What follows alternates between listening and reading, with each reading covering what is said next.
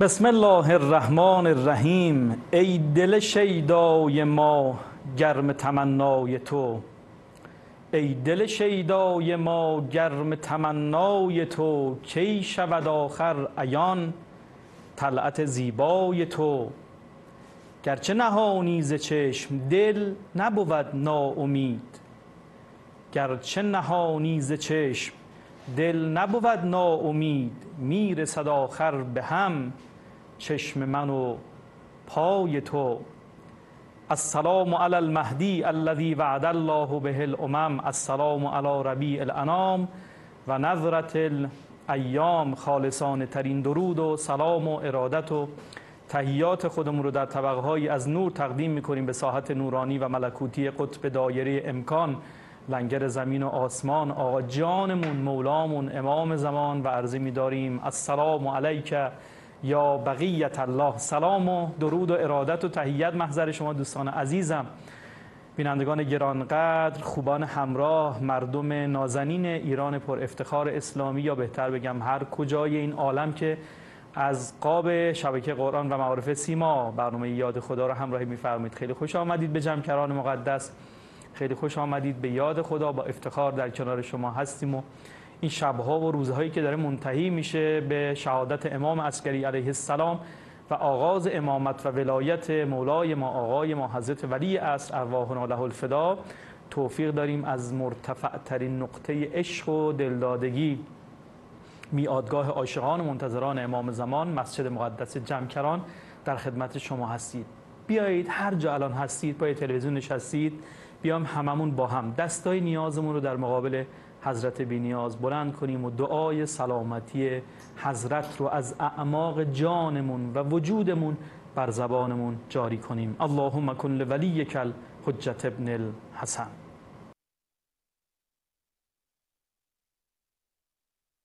من خیر المستشهدین بین یدیه. ممنونم از اینکه امروز هم برنامه یاد خدا رو همراهی می‌فرمایید. توفیق داریم از شهر مقدس قم و از جمکران مقدس، این فضایی که اتروبوی امام زمان از این فضا به مشام میرسه، خدمتتون باشیم. و حال هوای این مسجد هم همونطور که روزهای گذشته هم عرض کردم، امروز هم حال هوای ویژه‌ای و زائران ویژه ما داریم این شب‌ها و روزها. شهر مقدس قم و مسجد مقدس جمکران، شیعیان با اخلاص پاکستانی و افغانستانی و هندوستانی این روزها از سفر کربلا برگشتند و کلاً شهر مقدس قم میزبان این عزیزان هست. خب طبق معمول روزهای گذشته، امروز هم توفیق داریم در خدمت برادر عزیز و گرانقدر صدیق معظم جناب حجت الاسلام و المسلمین حاجی هدایت هستیم و انشالله از بیانشون استفاده میکنیم. آقا سلام علیکم و رحمت الله، خیلی خوش آمدید. سلام خدمت شما همه بینندگان عزیز، انشاءالله که از ما قبول بکنید که ما نایب و زیاره شما باشیم در این فضای نورانی حرم حضرت معصومه سلام الله علیها و همچنین مسجد مقدس جمکران. انشاءالله توفیق داشته باشیم دو رکعت نماز ما به نیابت از شما در این مکان مقدس بخونیم.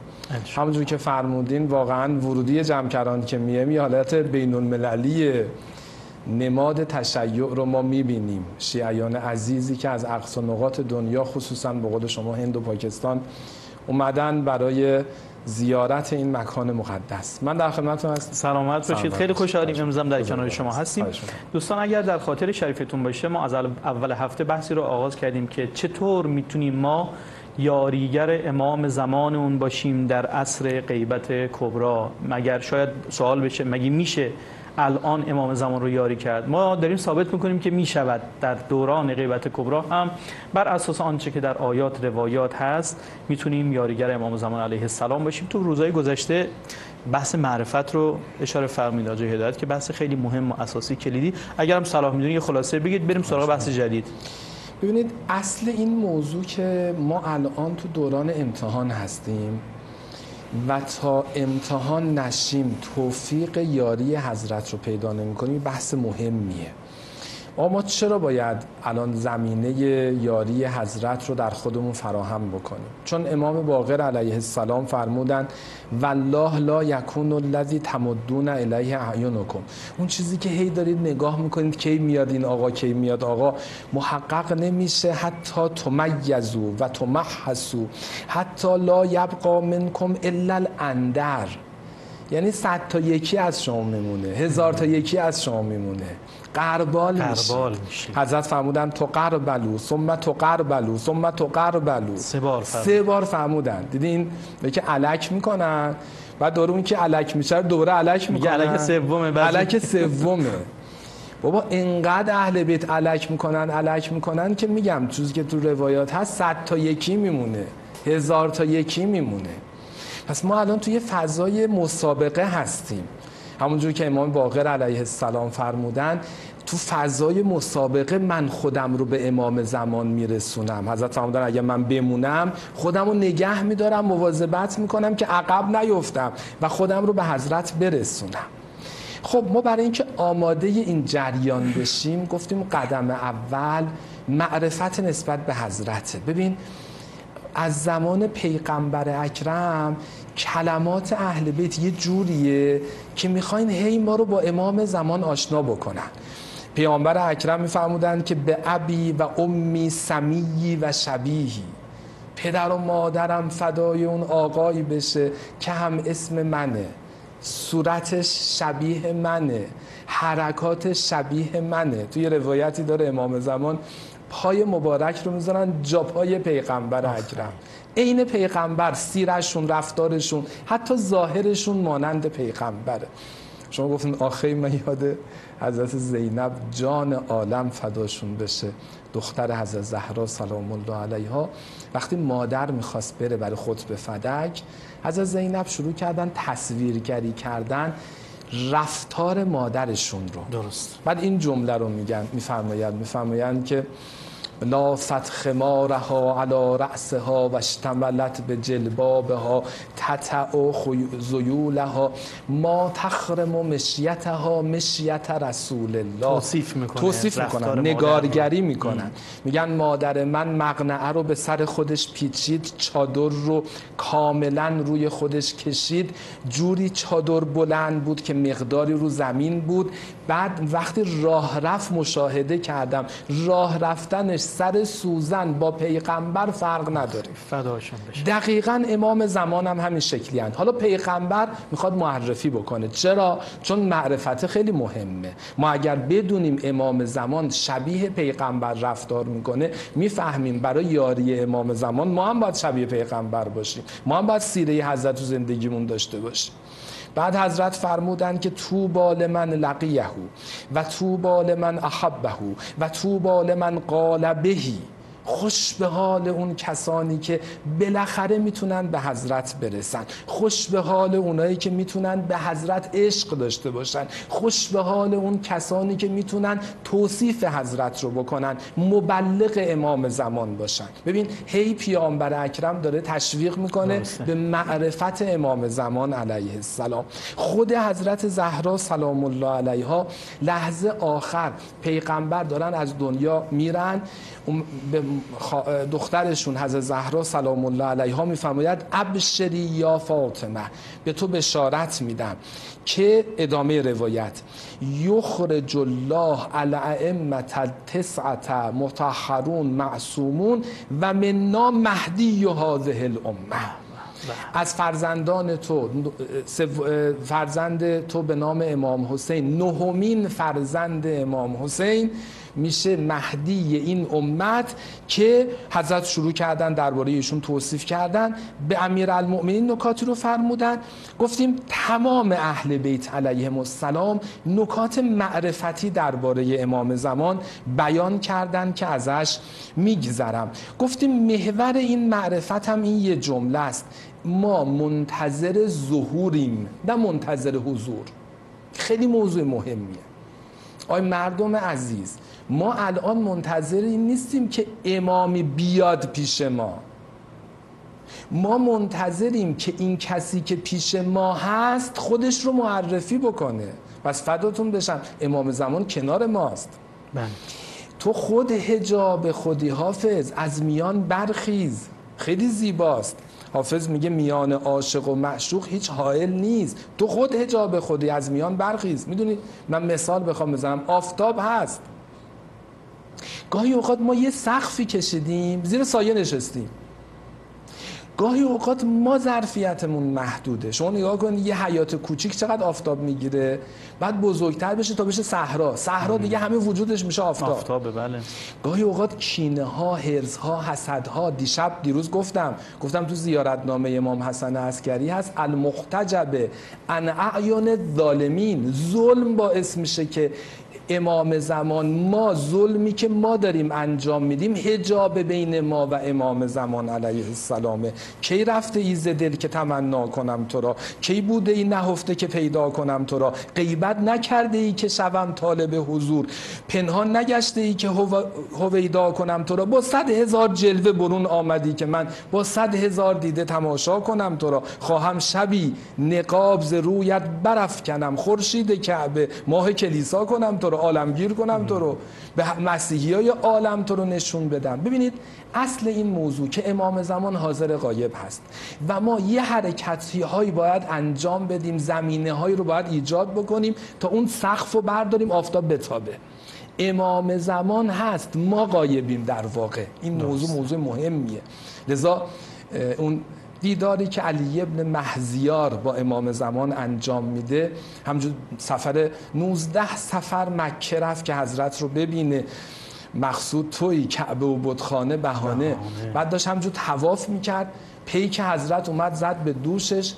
علی ابن مهزیار دنبال چی هستی؟ گفت الامام المحجوب عن العالم، من دنبال امامی هستم که اون امام پشت پرده است، نگفت من پشت پرده. درسته. خیلی جالبه. یه موقعی مثال من همیشه میزنم، میگم گاهی اوقات یه بچه تو خیابون پدر خودش رو گم میکنه، خب بعد میره، افراد میگن چرا گریه میکنی؟ میگه بابا گم شده. میگم بابا جون تو گم شدی، بابات مسیرشو بلده، بابات سر جاش هست، امام زمان تو جایگاه خودش هست، سر جایش. ما به خاطر فضایی که ایجاد شده از حضرت غایب شدیم. لذا منتظر اصلی امام زمانه. امام زمان منتظره که ما فضا رو درست بکنیم، آماده بشیم.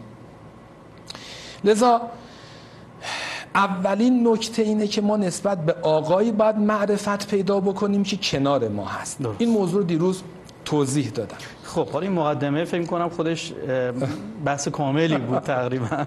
خیلی هم خوب بود و نیازم بود که کمک بکنه به این که ما میخوایم وارد بحث دیگه بشیم. همینجا ما از فرصت استفاده میکنیم، فضامون رو، برنامه‌مون رو معطر میکنیم به ذکر نورانی صلوات بر محمد و آل محمد. دوست دارم هر عزیزی، هر هموطنی، هر خواهر و برادری که الان پای شبکه قرآن نشسته و دلش اومده به سمت و سوی جمکران، دلش امام زمانی شده، بیاید هممون با هم نیت بکنیم برای سلامتی مولامون، آقا جانمون، نور چشممون، امام زمانمون، برای تعجیل در ظهور و فرجش صلوات بفرستیم. اللهم صل علی محمد و آل محمد و عجل فرجهم. ماه ربیع الاول ماه پیامبر هست و حضرت ایشون فرمودن که هر کس بر من و بر آل من 1 مرتبه صلوات بفرستد، خداوند متعال 1000 مرتبه بر او صلوات خواهد فرستاد با صفی از ملائکه. اللهم صل علی محمد و آل محمد و عجل فرجهم. یاد خدا تقدیمتون میشه از مسجد مقدس جمکران و خدمت حاج آقای هدایت عزیز هستیم. بحث یاریگری امام عصر ارواحنا له الفدا که خب مقدمه خیلی خوب و کاملی بود. بحث اضطرار به امام شاید یکی از اون مباحثی باشه که تو همین قالب بگنجه و باید بیشتر در موردش صحبت بکنیم. حاج هدایت. بله، واقعیتش اینه که باید بگیم الان قدم دوم دیگه همین فضای اضطراریه که شما الان اشاره کردیم. بعد از اینکه امام رو شناختیم و فهمیدیم امام کنار ماست، هوای ما رو داره، اون ما رو میشناسه، فعرفهم و هم له منکرون. امام صادق علیه السلام این آیه رو خوندن و اونم برادران یوسف رو نشناختن. کنار یوسف بودن اما نمیشناختن. یوسف تک تکشون رو میشناخت، لذا بهشون نگاه میکرد، گریه میکرد، دلش برای برادراش تنگ شده و چیکار کنیم که برادرها از یوسف غایب شدن و زمانی یوسف رو شناختن که خود یوسف خودش رو معرفی کرد و انشالله امام زمان حتما خواهند آمد و خودشون رو معرفی خواهند کرد. نکته بعد اینه که خب ما برای اینکه بتونیم به حضرت برسیم که آقایی که کنار ماست، باید تشنه بشیم، باید مضطر بشیم. روایت قشنگیه. حضرت ابراهیم میدونید فرزنددار نمیشد، تا سن 100 خورده سالگی فرزنددار نشد. پیک الهی اومد، فرشته الهی اومد، مژده فرزند رو داد. همسر ابراهیم تعجب کرد. ایشون هم نزدیک 80 بله سنش بالا بود. گفتش که من که دیگه نمیتونم فرزنددار باشم، قابلیتش رو ندارم. تعجب کرد. تو یه روایت هست، روایت قشنگیه که خداوند متعال به حضرت ابراهیم در تفسیر عیاشیه وحی فرستاد که ابراهیم تو فرزنددار خواهی شد، اما این که ساره گفت اعلد و انا عجوز تعجب کرد. خداوند متعال یه مدتی به بنی اسرائیل خلاصه محجوب میکنه امامشون رو، پیغمبرشون رو از بنی اسرائیل. و بنی اسرائیل خب خیلی توسل کردن. توی روایت داره که فلما طال علی بنی اسرائیل، وقتی مدت غیبت پیغمبرشون طول کشید. میدونین مرحوم صدوق یک کتابی داره فقط درباره غیبت انبیا، این به دستور امام زمان این کتاب رو نوشته. وقتی غیبت پیغمبرشون طول کشید زجوا و بکوا الی الله، گریه کردن، زاری کردن 40 صباحا، 40 صبح 40 روز توسل کردن. فاوحی الله الی موسی و هارون، خدا به موسی و هارون دستور داد که اونها رو از فرعون نجات بده. و خداوند متعال 170 سال غیبت پیغمبر رو به اونا بخشید. قرار بود این همه غیبت طولانی تر بشه، خدا بخشید. خداوند متعال حضرت موسی رو به اونا نشون داد. تو روایت داره امام صادق فرمودن هاکذا انتم لو فعلتم لفرج الله عنا، شما هم اگر توسل بکنید مضطر بشید. ببین 40 روز توسل کردن، گفتن آقا ما بدون پیغمبر نمیتونیم باشیم، ما پیغمبرمون رو ببینیم، باید پیغمبر بیاد برای ما امامت بکنه، حاکمیت بکنه. بعد حضرت فرمودن که و اذا لم تکونوا، اگر شما مضطر نشید، اگر توسل نکنید، فان الامر ینتهی الی منتها، امر فرج ما به انتهای خودش برسه ظهور محقق میشه. اگه میخواید زودتر محقق بشه باید مضطر بشید. یعنی اینکه تعجیل هم میشود، امکان داره که زودتر، امکان داره زودتر، امکان داره خدا باقی مانده غیبت رو بر ما ببخشه. شرطش اینه که ما مضطر بشیم، تشنه بشیم. آدم اگه تشنه این آب بشه زمین و زمان رو به هم میدوزه که به این آب برسه. ما هم باید اینجوری بشیم.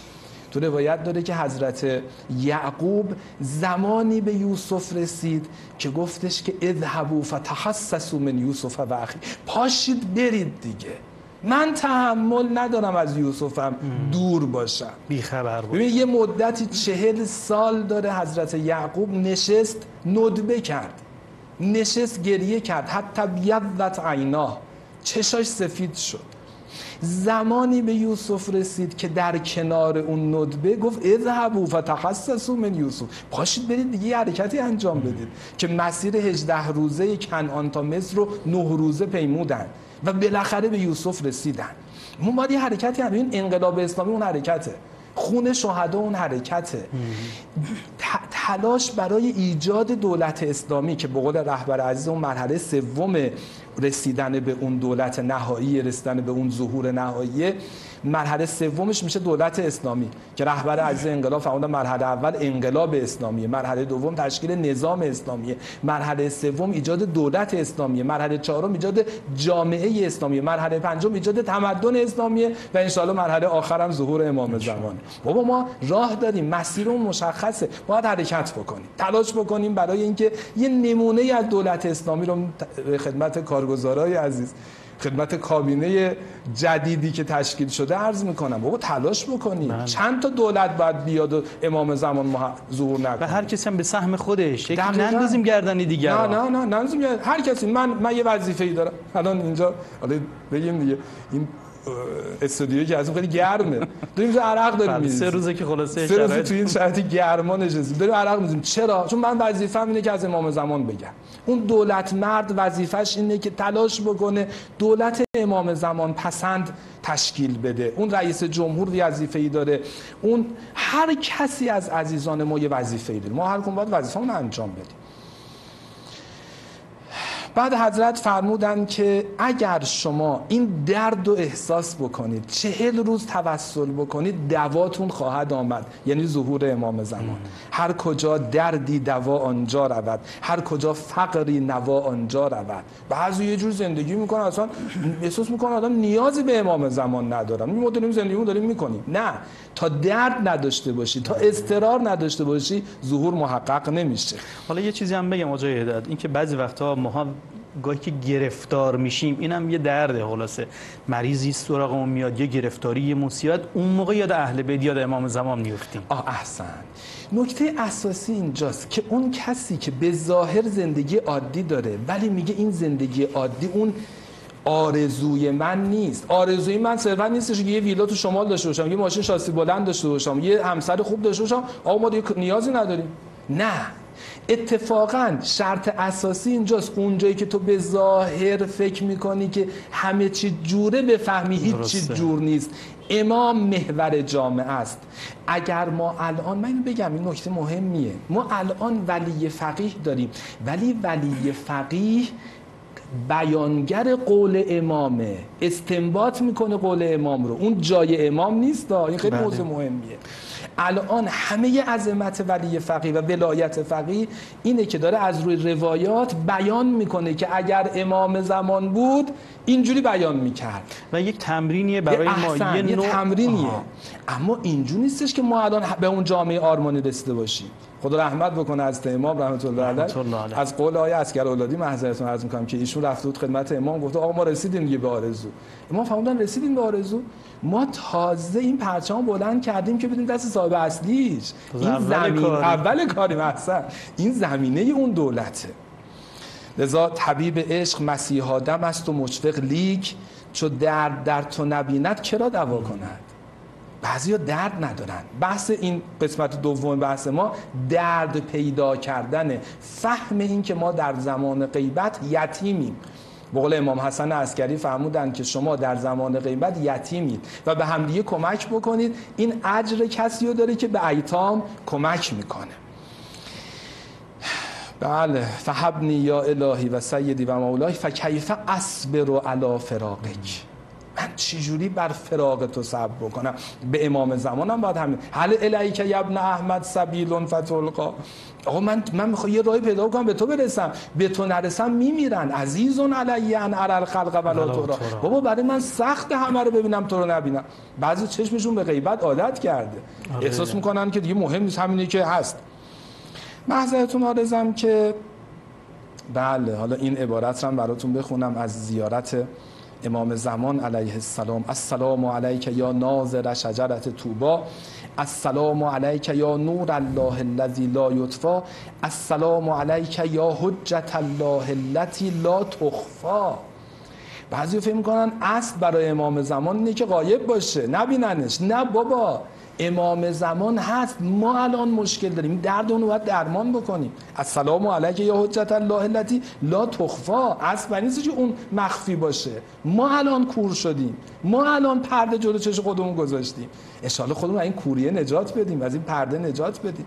منو بگم خدمتتون، روابط بین مؤمنین، این امام زمان دیروز هم عرض کردم، پیروز هم عرض کردم، امام زمان فهمیدن قلبای شما باید به هم متصل بشه تا ظهور من محقق بشه. اگر ما روابطمون با همسرمون خراب باشه، با پدر و مادر خراب باشه، با همسایه خراب باشه، قلبا از هم دور باشه، ولو ان اشیاءنا وفقهم الله لطاعته علی اجتماع من القلوب فی الوفاء بالعهد. آقا من گاهی اوقات دیدم آقا در مثلا طرف خونه خواهرش توی مجتمع آپارتمانی نمیدونه اون طبقه خواهرش شماره واحد خواهرش چنده. هر چی زنگا رو میزنیم یا آقای حسینی یا نمیشناسیم، آقای حسینی نمیشناسیم، تا آخر سر منزل خونه خواهرش رو بزنه. بابا من خونه بغلیتون رو زدم. آره داداش من هیچ کی ما رو نمیشناسه. خب خیلی بده. میشه همسایه نشناسه. اینکه ما قلبامون به هم متصل نیست، هوای همدیگر رو نداریم، این یعنی چی؟ یعنی که ظهور حضرت هم به تأخیر میفته. همین که خونه واحد خواهرش هم نمیدونه چنده، اینم یه موزله. الحمدلله. حالا انشاءالله که من نمیخوام خدای نکرده ایراد بگیرم، توبیخی بکنم، ولی بیشتر هوای همدیگر داشته باشیم. تو زیارت عاشورا داره یا ابا عبدالله سلم لمن سالمکم، من نوکراتم، تسلیم کسی هستم که تسلیم توه. اگر ما تسلیم شیعیان امام زمان نباشیم، هوای شیعیان حضرت رو نداشته باشیم، ظهور محقق نمیشه. درست. و این با چی حاصل میشه؟ با اضطرار به حضرت. آقا من هر کاری میخوام بکنم که به تو برسم، اگر قرار نوکری شیعیان حضرت رو بکنم انجام میدم. والا این قسمتش هم بگم: و حرب لمن حاربکم، بله، ولی لمن والاکم، عدو لمن عاداکم.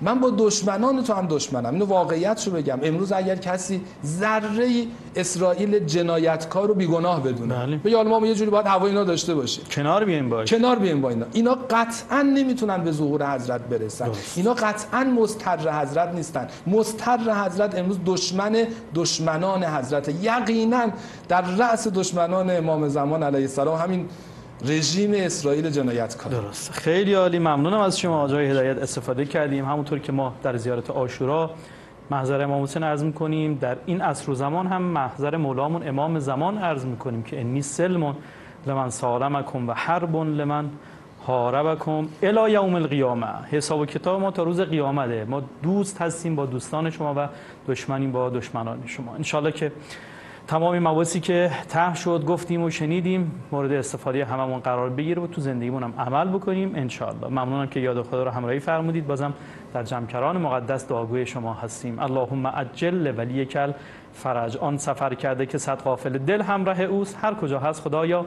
به سلامت دارش. سایتون کم نشه. خدا نگهدارتون.